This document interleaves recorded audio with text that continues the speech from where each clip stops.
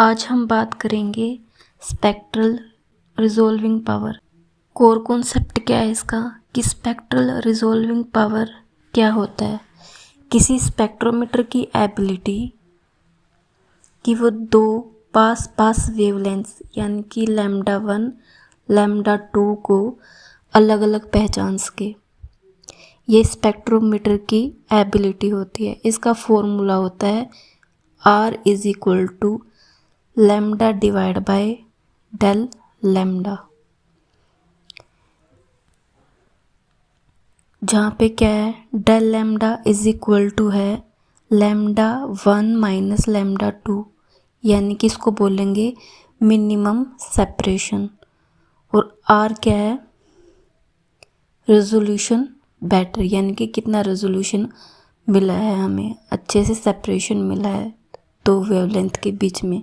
इसकी डेफिनेशन देख लेते हैं। The spectral resolution power of A dispersing instrument. Dispersing instrument मतलब कौन से, प्रिज्म या फिर ग्रेटिंग, ये दो इंस्ट्रूमेंट हम यूज़ कर सकते हैं इसमें।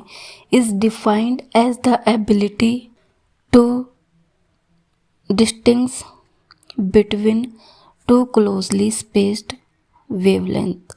वही बताया इसमें, इसकी एबिलिटी क्या है, दो वेवलेंथ को अलग अलग पहचान सके। जो गिवन रेशियो है इसका R is equal to lambda divide by del lambda, where del lambda is the minimum difference between two wavelengths that can be just resolved. A higher resolving power indicates better ability, यानी कि resolving power अगर high होगी तो क्या होगी, better ability होगी इसकी। Of the instrument to separate closely spaced spectral line, बिल्कुल क्लोज होगा ना स्पेक्ट्रल लाइन, उसको भी क्या कर सकती है, ये अलग अलग शो कर सकती है। अब इसमें हम देखेंगे intensity distribution plus deep condition, यानी कि इसका ग्राफ देखेंगे। ग्राफ में ये क्या बता रहा है, इसके ग्राफ में इसने बताया है कि जब दो स्पेक्ट्रल लाइन होती है उनकी अपनी इंटेंसिटी कर्व्स होती है, यानी कि जो टोटल इंटेंसिटी होगी वो दोनों का सम होगी। अगर बीच में जो क्लियर डीप दिख रहा है, जो गड्ढा दिख रहा है दोनों लाइन की, वो अलग पहचान है। अगर इन दोनों के बीच में डीप नहीं है तो क्या होगा, लाइन मर्ज हो जाती है। इसी से हम पता करेंगे कितना रिजॉल्विंग पावर है इधर। तो इसमें क्या है, the intensity distribution of two spectral lines is obtain by the superposition of their individual intensity profiles. Two lines are considered resolved when the combined intensity curve show a distinct dip between the two maxima. The presence of this dip indicates that the two wavelengths can be distinguishable separately. इसको हम क्या कर सकते हैं, अलग अलग show कर सकते हैं दो वेवलेंथ को। अगर दो लाइन क्या है रिजोल्व होती है तो बीच में क्या डीप दिखेगा और दोनों पीक क्या दिखेगी, अलग अलग दिखेगी। अगर डीप नहीं दिख रहा है यानी कि नॉट रिजोल्व्ड शो हो रहा है। जो इंटेंसिटी है वो डिपेंड करेगी I1 divide by I2 ratio पर, जो लाइन प्रोफाइल है यानी कि उसकी शेप है उस पर। अब देखते हैं कि ये डिपेंड किस पे करता है, डिपेंड ऑन इंटेंसिटी रेशियो पे करता है। यानी कि हम देखेंगे कि अगर इसमें मोस्ट इम्पोर्टेंट है, इसमें रिले क्राइटेरियन होगा, यानी कि जो दो लाइन है, two lines are just resolved when the central maximum of one coincides with the first minimum of the other. मतलब एक पीक का जो सेंटर होगा दूसरी की फर्स्ट मिनिमम होगी वो, यही कंडीशन है मिनिमम रिजॉल्वेबल सेपरेशन की। और इसमें हम देखेंगे इसके डेफिनेशन, कि डेफिनेशन में क्या लिखना है, क्या दे रखा है। The resolving condition depends not only on wavelength separation but also on the ratio of intensities and the shapes of the spectral line profiles. Different intensity ratio and the line shapes affect the visibility of dip between two peaks. Hence, the minimum resolvable wavelength difference very करेगा, depends on this factors पे. इसमें क्या है, जो resolution है वो सिर्फ wavelength पे डिपेंड नहीं करता. वो किस पे डिपेंड करेगा, जो I1 इंटेंसिटी है और I2 इंटेंसिटी है उसके रेशियो पे, शेप ऑफ पीक्स पे डिपेंड कर. अगर एक लाइन बहुत स्ट्रॉन्ग है और दूसरी बहुत वीक है, यानी कि डीप क्लियर नहीं आएगा उसमें, तो उसमें रेजोल्यूशन क्या हो जाएगा, ख़राब हो जाएगा. नेक्स्ट पार्ट में क्या दे रखा है, when light passes through a dispersing element such as a prism or grating, different wavelengths are deviated by different angles. इसमें है, अब जो इंस्ट्रूमेंट है उसकी वर्किंग की बात करिए इसमें कि एंगुलर डिस्पर्सन का कॉन्सेप्ट में क्या होगा. तो जो प्रिज्म और ग्रेटिंग लाइट को अलग अलग एंगल में क्या करता है, फैलाता है लाइट को, प्रिज्म और ग्रेटिंग. अब क्या होगा, अगर वेवलेंथ चेंज होगी, वेवलेंथ मीन्स डेल लैम्डा, तो एंगल भी क्या होगा, चेंज होगा, एंगल डेल थीटा. अगर डेल लैम्डा चेंज होगा तो डेल थीटा भी चेंज होगा. The angular separation between two wavelengths is given bye del theta is equal to d theta divided by d lambda or del lambda, where del theta divided by d lambda is called the angular dispersion. It represents the rate of change of angle with respect to wavelength. कितने wavelength पे कितना angle change होगा, इसे कहते हैं angular dispersion. और इसमें angular dispersion में ये फॉर्मूला दे रखा है, ये फॉर्मूला इम्पोर्टेंट है. तो जो D theta divide by D lambda है, यही इसमें क्या है, एंगुलर डिस्पर्सन है, जो बताता है वेवलेंथ चेंज पर एंगल कितना बदलेगा. जो इंटेंसिटी है वो डिस्ट्रीब्यूशन, यानी कि जो फिगर में दे रखा है कि कैसे इंटेंसिटी डिस्ट्रीब्यूशन होगी, जो ग्राफ दिखाया है टू स्पेक्ट्रल लाइन का कि कैसे दिखती है ये. जो एक्स एक्सिस है वो होगी वेवलेंथ, यानी कि लैम्डा 1 और लैम्डा 2. वाई एक्सिस है वो होगी इसकी इंटेंसिटी. अब इसमें 3 केसेस होंगे. फर्स्ट क्या होंगे, ओवरलैपिंग का केस होगा, नॉट रिजॉल्व्ड. सेकंड केस होगा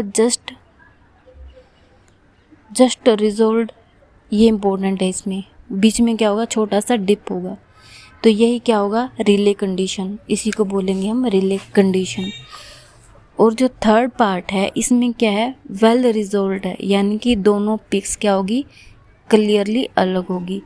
इसमें क्या है, बड़ा डिप है. और जो डिप है वो दिख रहा है ना, वही लाइन को क्या करता है, उसकी अलग पहचान दिखाता है इधर. तो एक्सप्लेनेशन में क्या लिखेंगे, the intensity distribution graph represent the variation of intensity with wavelength for two closely spaced spectral lines.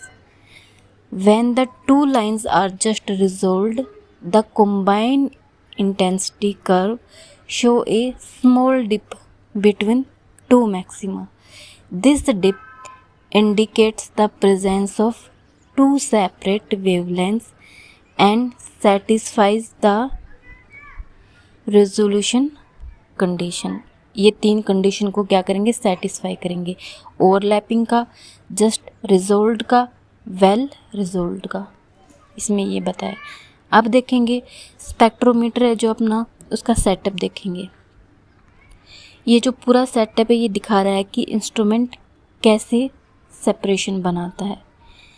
इसमें हम लिखेंगे the spectrometer diagram shows how a dispersing element separates light of different wavelengths into different directions. A parallel beam containing wavelengths lambda and lambda plus del lambda emerges at angle theta and theta plus del theta.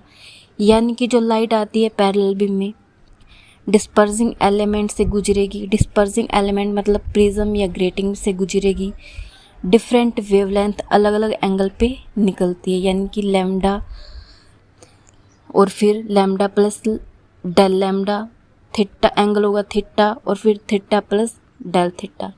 तो lens क्या होगा, focal length is equal to F, और जो lens होगा वो screen पे क्या करता है, इससे ही स्क्रीन पे क्या होती है, इमेज बनाता है ये तो स्क्रीन पर। तो जो लैम्डा की इमेज होगी वो होगी x1 और जो लैम्डा प्लस डेल लैम्डा की इमेज होगी वो x2 होगी।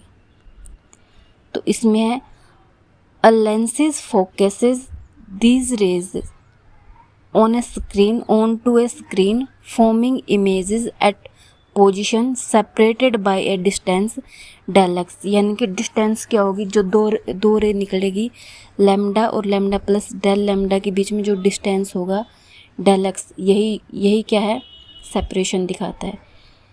तो this separation is related to angular dispersion and focal length of lenses. ये इसकी एक्सप्लेनेशन है। अब आगे देखें तो समझे इसको कि कैसे डायग्राम बना रखा है, कैसे ग्राफ शो कर रखा है। अब जो ऊपर देखा था हमने 3 केसेस देखे थे, तो जो इंटेंसिटी थी वो क्या थी, distribution of 2 closely spaced line में थी। फर्स्ट में थी no dip between maxima lines not resolve, बिल्कुल भी पूरा मैक्सिमा है, बिल्कुल भी डिप नहीं है इसमें, ये होगी नोट रिजोल्व, बिल्कुल भी रिजोल्व नहीं है ये। और दूसरी है जस्ट रिजोल्व, इसको रिले क्राइटेरिया भी बोलेंगे इसको। सेंट्रल जो मैक्सिमम होगा 1 coincides with first minimum of the other, और जो थर्ड होगा वो वेल रिजोल्व होगा। Clear dip between maxima lines well resolve. और सेटअप में हमें पता ही है पैरेलल बीम लेना है, कोलीमीटर लगाना है, कोलीमीटर स्लिट लेनी है S1, और डिस्पर्सिंग एलिमेंट लेना, प्रिज्म ले सकते हैं, ग्रेटिंग ले सकते हैं, कोई भी ले सकते हैं। और जो रेज होगी, जो पहली रेज होगी उसका जो एंगल होगा थीटा होगा, दूसरी रेज होगी जो अलग अलग रेज निकलती है ना, तो उसका जो एंगल होगा थीटा प्लस डेल थीटा होगा। और जो पहली जो वेवलेंथ निकलेगी उसको लैम्डा बोलेंगे, और जो दूसरी वेवलेंथ उसको लैम्डा प्लस डेल लैम्डा बोलेंगे। और इसमें कैमरा लेंसेज यूज किया है जिसकी फोकल लेंथ कितनी है, f है, यानी कि स्क्रीन से और लेंसेज के बीच में जो लेंथ होगी उसको बोलते हैं फोकल लेंथ। और जो लैम्डा वेवलेंथ है वो जो स्क्रीन पे गिरेगी उसको बोलेंगे हम S2 लैम्डा, और जो दूसरी lambda plus del lambda wavelength है जो स्क्रीन पे गिरेगी, जो आउटपुट आएगा उसको बोलेंगे S2 lambda plus del lambda. और S2 लैम्डा और S2 lambda plus del lambda, इन दोनों के बीच में जो डिस्टेंस होगा उसको बोलेंगे डेल एक्स। यही इसमें इम्पोर्टेंट है डायग्राम में। अब नेक्स्ट देखें तो उसमें क्या है, एक्सप्लेनेशन में क्या दे रखा है, to resolve 2 wavelengths the separation between their images must be at least equal to the sum of their slit width। यानी कि ये क्या कह रहा है, ये बोल रहा है 2 वेवलेंथ्स लैम्डा और लैम्डा प्लस डेल लैम्डा को अलग दिखाने के लिए स्क्रीन पर उसकी डिस्टेंस डेल एक्स स्क्वायर इतनी बड़ी होनी चाहिए कि दोनों इमेज क्या कर ले, ओवरलैप न करे। The width of image slit is related to entrance slit width by del x square is equal to f2 divided by f1 into del x1. The resolving power can be increased by decreasing the width of the entrance splits। ये कह रहा है मतलब जैसे separation होगा वो क्या होगा, ग्रेटर देन या इक्वल टू होगा दोनों स्लिट इमेज की विड्थ के सम के बराबर, या फिर ग्रेटर देन होगा, दोनों स्लिट इमेज की विड्थ का सम होगा। और फिर क्या होगा, ये रिलेशन देगा, ये आउटपुट स्लिट विड्थ डिपेंड करेगी किस पे, इनपुट स्लिट पे, यानी कि del X square is equal to F2 और F1 इंटू डेल X1 पे। डेल X1 क्या है इसमें, एंटर स्लिट विड्थ, और जो डेल X2 क्या है इसमें, आउटपुट स्लिट विड्थ। और इससे क्या होगा, रेजोल्यूशन क्या बढ़ेगा, जो ये इक्वेशन दे रखी है। अगर एंटर स्लिट विड्थ यानी कि डेल X1 इंक्रीज करेगा तो आउटपुट भी इंक्रीज होगा, अगर डिक्रीज करेगा तो आउटपुट भी डिक्रीज करेगा। तो रेजोल्यूशन बढ़ाने के लिए ये यूज किया है। इधर डायफ्रैक्शन की बात करेंगे कि अगर डायफ्रैक्शन होगा तो क्या होगा। डायफ्रैक्शन इंट्रोडक्शन, पहले एक्सप्लेनेशन देख लेते हैं। When A parallel beam of light passes through a limiting aperture मतलब स्मॉल, मतलब पहले हमने जो स्लिट ली थी उससे भी अगर स्मॉल स्लिट ले लें तो डायफ्रैक्शन अकर, यानी कि डायफ्रैक्शन जो लाइट का जो सेपरेशन जो स्प्रेड होगी लाइट वो बढ़ जाएगा। And produce a spread intensity pattern, यानी कि जो पैटर्न मिलेगा वो क्लियरली नहीं मिलेगा इन द फोकल प्लेन, इसमें शार्प इमेज नहीं बनेगी और इंटेंसिटी पैटर्न बनता है। और इसमें जो डायफ्रैक्शन यूज होगा जहाँ पे भी, यानी कि स्मॉल स्लिट यूज करेंगे तो उसमें इंटेंसिटी पैटर्न कैसी आएगी, सेंट्रल पीक आएगी प्लस साइड मिनिमा भी आएगी, वो मैं आगे डायग्राम में समझाऊंगी कैसे। आगे this prevent the formation of perfectly sharp image and introduce A limitation in resolution. वही बात करी है, उसमें क्या होगा, लाइट फैल जाएगी तो शार्प इमेज नहीं बनेगी। अब नेक्स्ट में क्या समझा रखने, इंटेंसिटी फॉर्मूला और मिनिमा देखेंगे। इसमें मिनिमा अभी मैंने बात की थी ना, डायफ्रैक्शन में दो टाइप की वो होगी, ग्राफ बनेगा, सेंट्रल पीक आएगी और साइड मिनिमा आएगी। तो इंटेंसिटी फॉर्मूला और मिनिमा की बात करेंगे। अब एक्सप्लेनेशन देखेंगे। The intensity distribution due to diffraction is given by a function of angle phi.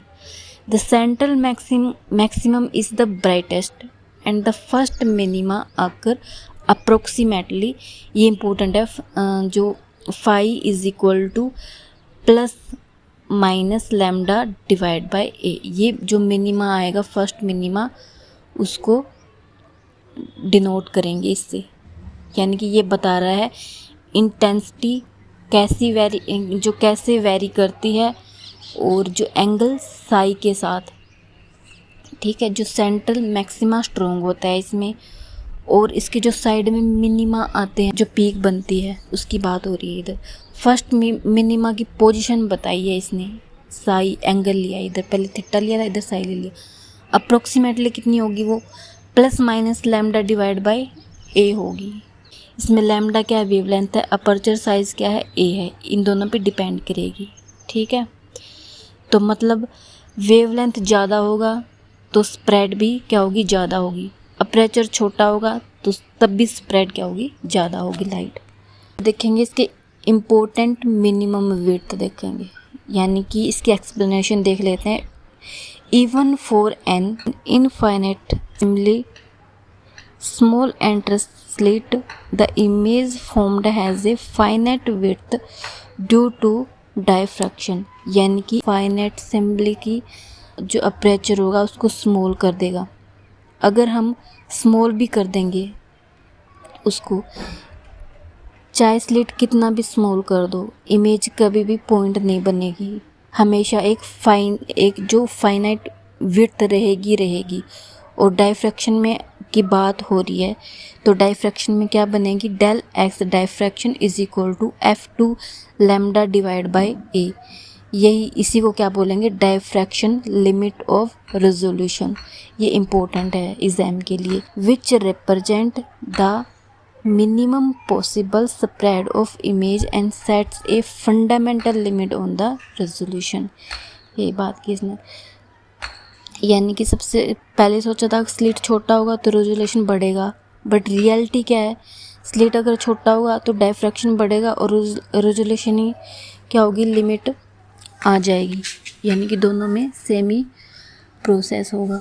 और जो इसका जो फॉर्मूला है उसको भी समझ लेते हैं। फॉर्मूले में क्या है, इसमें जो रेजोल्यूशन कंडीशन है, स्लिट विड्थ है, प्लस फॉर्मूला और डायग्राम, इसमें देख लेते हैं। इसकी पहले एक्सप्लेनेशन देखेंगे। To resolve two wavelengths, the separation between their images must be at least equal to the sum of slit width. Slit width, for example, del x square greater than equals to होना चाहिए del x1 lambda plus del x2 lambda plus del lambda। ये तो जो lambda है bracket के अंदर, ये पहली जो रे निकलेगी वो उसकी होगी वेवलेंथ, और जो लैम्डा प्लस डेल लैम्डा है ये दूसरी वेवलेंथ निकलेगी, उसकी होगी। तो इन दोनों का सम क्या होना चाहिए, इक्वल होना चाहिए। दो लाइंस है लैम्डा और लैम्डा प्लस डेल लैम्डा को अलग दिखाने के लिए स्क्रीन पर उसकी डिस्टेंस क्या, डेल एक्स स्क्वायर इतनी होनी चाहिए कि उसकी इमेज ओवरलैप ना करे, मतलब डिस्टेंस इक्वल होना चाहिए दोनों स्लिट इमेज की टोटल विड्थ से, या इक्वल या ग्रेटर, स्मॉल नहीं होना चाहिए। फॉर्मूला पीछे देखा ही था, del X square is equal to F2 divide by F1 del x1, यानी कि आउटपुट स्लिट विड्थ डिपेंड करती है एंटर स्लिट डेल x1 पे। Del x2 is equal to F2 divide by F1 del x1, thus decreasing the enter slit width improve the resolving power. The diagram shows two images on the screen separated by del x2 with finite width। यही कि S1 enter slit ले ली, lens ले लिया, L1 parallel raise पे, dispersing element ले लिया, lenses ले लिया, L2 स्क्रीन पे, टू इमेजेस जो बनेगी लैम्डा और लैम्डा प्लस डेल लैम्डा की, उनके बीच का डिस्टेंस होगा डेल एक्स स्क्वायर, दोनों की विड्थ भी दिखानी है इसमें। जो डायफ्रैक्शन होगा और इंटेंसिटी फॉर्मूला देखेंगे इधर, मिनिमा प्लस डायग्राम। इंटेंसिटी का फॉर्मूला होगा इधर I phi is equal to I naught sine pi a phi divide by lambda, pi a phi divide by lambda इसका होल स्क्वायर, यानी कि सेंट्रल पीक क्या होनी चाहिए, सबसे स्ट्रॉन्ग होनी चाहिए, और साइड में मिनिमा भी आते हैं इसमें, ये इसकी पहचान है उसकी। अगर रिजल्ट में ऐसा आ रहा है तो यानी कि डायफ्रैक्शन है उसमें। लैम्डा ज़्यादा है तो स्प्रेड ज़्यादा हो रहा है, छोटा है तो कम हो रहे हैं। एक्सप्लेनेशन में the intensity distribution due to diffraction is given by I psi is equal to I naught psi pi a psi divide by lambda divide by pi a psi divide by lambda इसका whole square. The central maximum is the most intense, जो centre की जो peak होगी वो intense होगी, and the first minima occur approximately, जो छोटी सी जो पीक आएगी पहली उसको बोलेंगे size equal to plus minus lambda divide by a. This show that कि spread of light depend on the wavelength, यही दिखाता है कि वेवलेंथ पे जो स्प्रेड ऑफ लाइट है वो डिपेंड करेगा साइज पे और वेवलेंथ पे। The diagram show the central peak with successive minima. Normal resolution देख लेते हैं और डायफ्रैक्शन लिमिटेशन रेजोल्यूशन, इसमें डिफरेंस क्या है। इसमें डिफरेंस है, जो नॉर्मल रेजोल्यूशन होगा उसमें पीक क्या बनेगी, बिल्कुल क्लियर दिखेगी,